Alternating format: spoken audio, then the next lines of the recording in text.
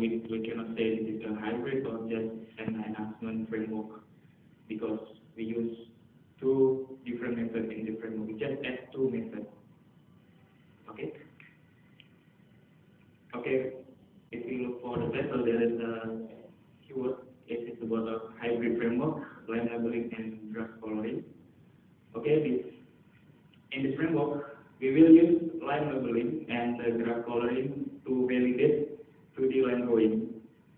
The question is why we need to validate 2D line drawing, because if we sometimes want to reconstruct an object from 2D to 3D, sometimes we cannot convert the object from 2D to 3D. Why? Because sometimes the object is an impossible object. This is not possible object. So in case of the object, in case of the 2D line drawing is impossible object, we cannot construct or reconstruct the 2D object into a 3D object.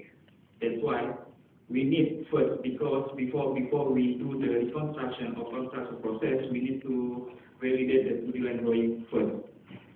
That's why in our previous research, we use line labeling algorithm to validate either the 2D line drawing is possible or impossible object.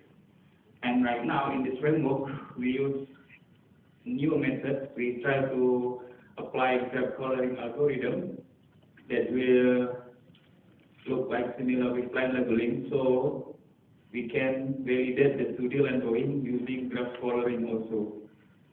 Okay. So, like I said before, the validation of 2D line drawing is important to determine either the 2D line drawing is possible or impossible object.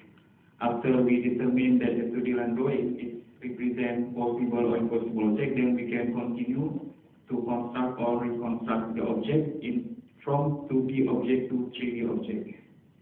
Alright? Okay.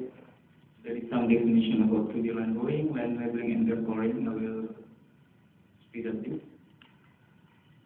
Okay, this is 2D line drawing. 2D line drawing is for simply is a picture which is